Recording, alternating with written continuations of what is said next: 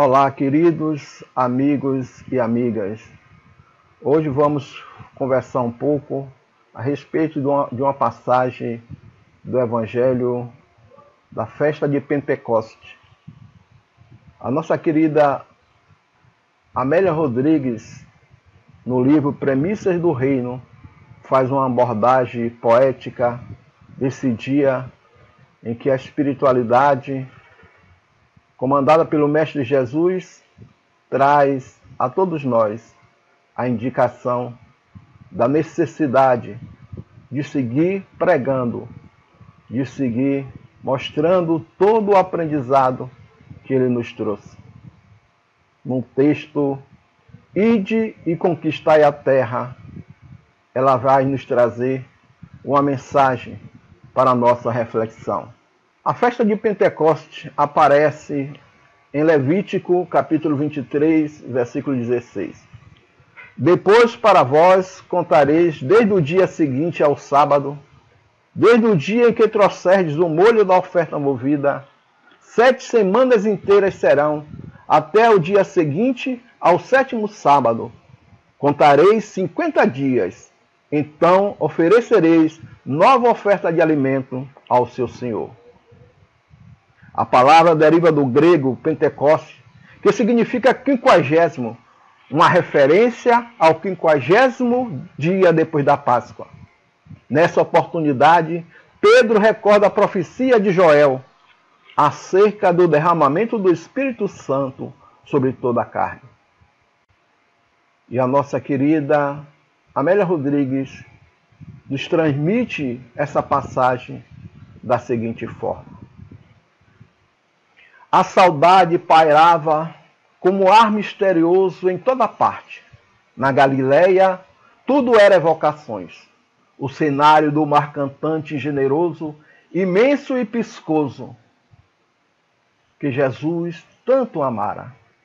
As cidades ribeirinhas, adornadas de sebes verdejantes e ricas de pomares, as rechãs coroadas de trigo, que lhes inspiraram as inconfundíveis parábolas. Tudo ali, na harmonesca região das almas simples do povo, estava assinalado pelos selos da sua mansidão. Mesmo os montes serenos e cansados de permanecerem sob ventos, sol e chuva, pareciam recordá-lo. O rio Jordão, na cantilena das suas águas murmurejantes, carreando sal para o mar morto, igualmente o evocava. Todos os recantos naquela querida Galileia, de amores simples e gente apaixonada, de fé abrasadora e coração de criança, guardavam as marcas vivas das suas pegadas. Os caminhos da cidade ele os percorrera, e os seus cenários ele emoldurara com as mais tocantes expressões de carinho. A cidade de Caná fora assinalada pelo admirável fenômeno da transformação de água em vinho. Magdala, mais de uma vez, o abrigou na antiga residência da mulher atormentada que ele libertou. Naim fora contemplada com a recuperação da criança aparentemente morta. Cafarnaum, Tiberíades, Nazaré, as cidadezinhas da Samaria, todas elas eram recordações dele, impregnadas de sua presença. Na Judéia, raras exceções. As cenas evocativas da traição, da paixão, da soledade, do presídio, do suplício, da morte e da ressurreição. Foi, no entanto, nos sítios formosos e queridos da Galileia, singela, que ele elegera para ascender diante do mar inovidável ao entardecer. Galileus eram os discípulos, exceto Judas, que nascera em Cariote, na Judéia. Jerusalém agora parecia mais cruel. Seu ar era difícil de ser respirado. Os seus discípulos mantinham-se ali porque para ali foram designados. Ao todo, quase 120 daqueles 500 irmãos que testemunharam vivas a ascensão de Jesus. Reuniam-se frequentemente no cenáculo, onde alguns residiam, aqueles que com eles conviveram repetidas vezes e que aguardavam ansiosos respostas que lhe diminuíssem as preocupações. Embora a comunhão mantida com nosso Mestre Jesus, não sentiam-se preparados para o ministério. Sabiam-se inseguros, reconheciam a própria ignorância e limitação. Nem se atreveram sequer a reorganizar o grupo desfalcado com a deserção de Judas, o companheiro enganado. Aquela era uma cidade poliglota. Dificilmente eram entendidos ou entendiam, mesmo entre os compatriotas. A língua hebreia era santa, porque nela estavam escritos os livros, herdeira de toda a tradição da raça e consagrada às questões do Senhor. Para eles, porém, homens simples e mesmo ignorantes, o dialeto da sua região era mais fácil e canoro. Como enfrentar dificuldade de tal monta, eles se questionaram. Reuniam-se para evocá-lo, discutir os seus feitos, enriqueceres de piedosa comoção e chorarem de saudade, de júbilos por se saberem escolhidos. A festa de Pentecostes guardava uma significação toda especial para o povo e para todo Israel. Reuniram-se naquele dia, consagrado ao 50º, com espírito festivo. Sentiam-se naquele dia mais saudosos do que nos dias anteriores.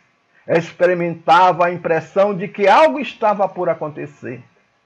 A cidade regurgitava de peregrinos. O barulho da rua invadia o recinto cenacular em que eles se congregavam. Guardavam no coração emoções que não conseguiam traduzir. Subitamente veio do céu um som como um vento forte e impetuoso e encheu todo o ambiente em que estavam assentados.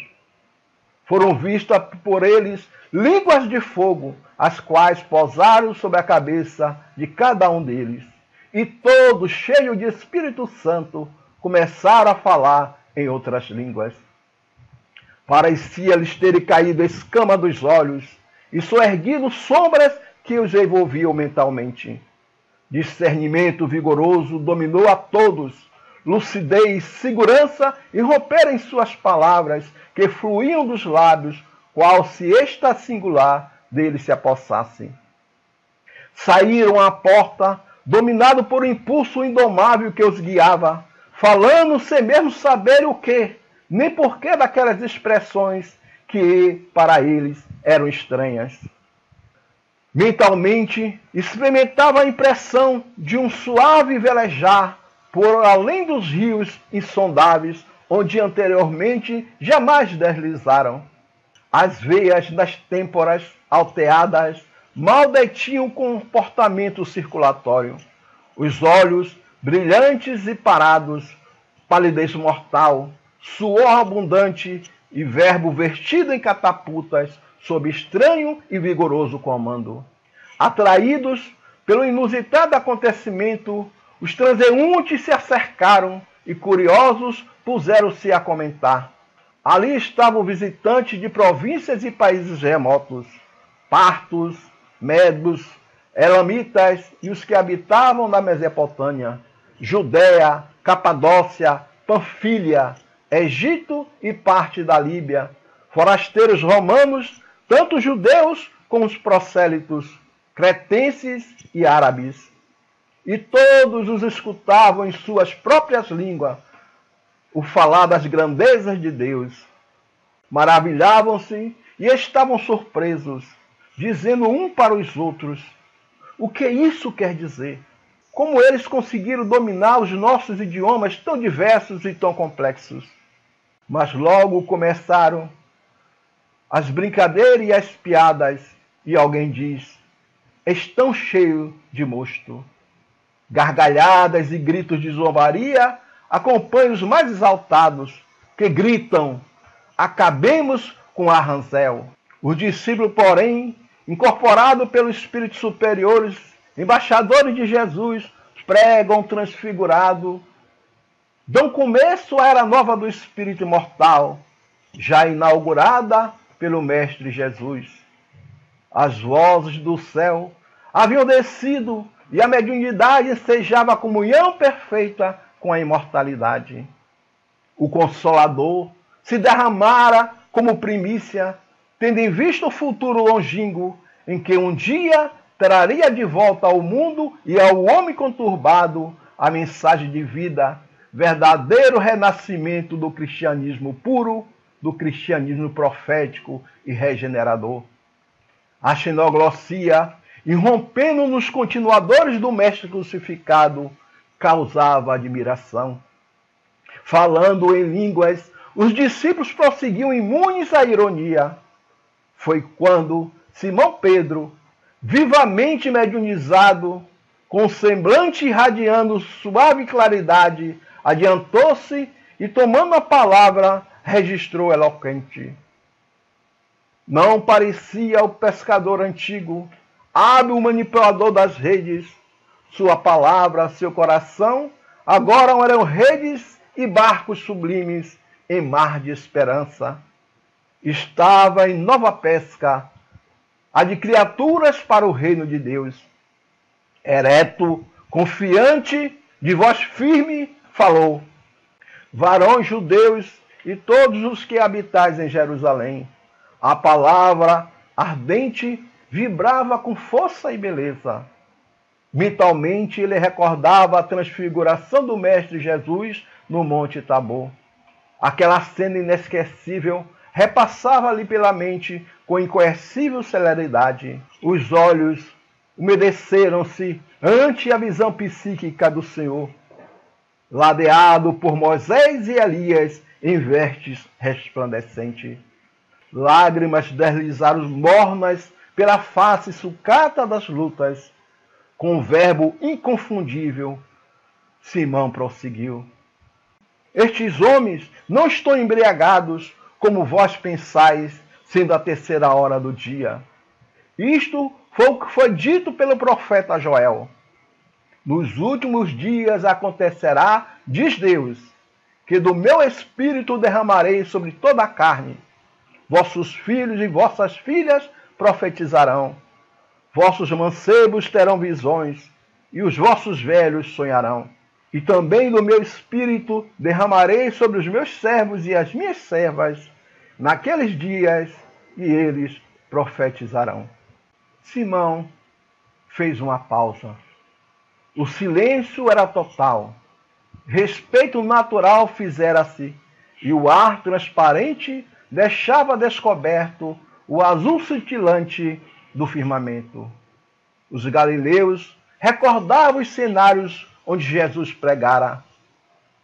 Farei aparecer prodígios em cima do céu e sinais embaixo na terra. O sol se converterá em trevas, a lua em sangue, antes de chegar o grande e glorioso dia do Senhor. E acontecerá que todo aquele que invocar o nome do Senhor será salvo. Varões israelitas, escutai estas palavras. A Jesus Nazareno, varão aprovado por Deus entre vós, todos vimos a realização de prodígios na semeação da verdade por esse embaixador e excelente Filho de Deus. Depois da crucificação infamante que eles impusemos por nossas leviandades, ressuscitou dos mortos e nos apareceu, elegendo-nos para manter vivo e claro o sol de seu amor na rota dos espíritos. Saiba, pois, com certeza toda a casa de Israel, que esse Jesus, a quem vós crucificastes, Deus o fez Senhor e Cristo. Meditai e arrependei-vos, libertando-vos da cobiça, da cólera e de todas as paixões que vos seguem, famélicas e impiedosa. A palavra de Simão Pedro modulava e impregnava os espíritos e os corações. Todos escutavam em deslumbramento, deixavam-se tocar, como se estivesse transformado em harpas vivas, que fosse tangida por mãos invisíveis de invulgar destreza. Comovidos, muito dentre os ouvintes se aproximaram, sequiosos por paz, deixando-se conduzir por aquela vibração divina. A partir daquele momento, os espíritos da luz conduziram os discípulos pelo caminho do mundo, consolando os aflitos, curando o doente, pregando e espalhando a luz, como o próprio Mestre Jesus fizera. Dali partiram para todos os cantos da terra, entoando e vivendo a excelsa canção das boas novas, que agora volta a vibrar em todos os rincões do mundo, reconduzindo o homem ao coração do Altíssimo, através do nosso Mestre Jesus, o Rei inconquistado. Amigos e amigas, que possamos manter acesa essa chama dos ensinamentos do Cristo, para que nós sigamos confiante na certeza de que um dia nos encontraremos novamente com o nosso Mestre, felizes por termos colocado em prática todo o seu ensinamento. Muita paz.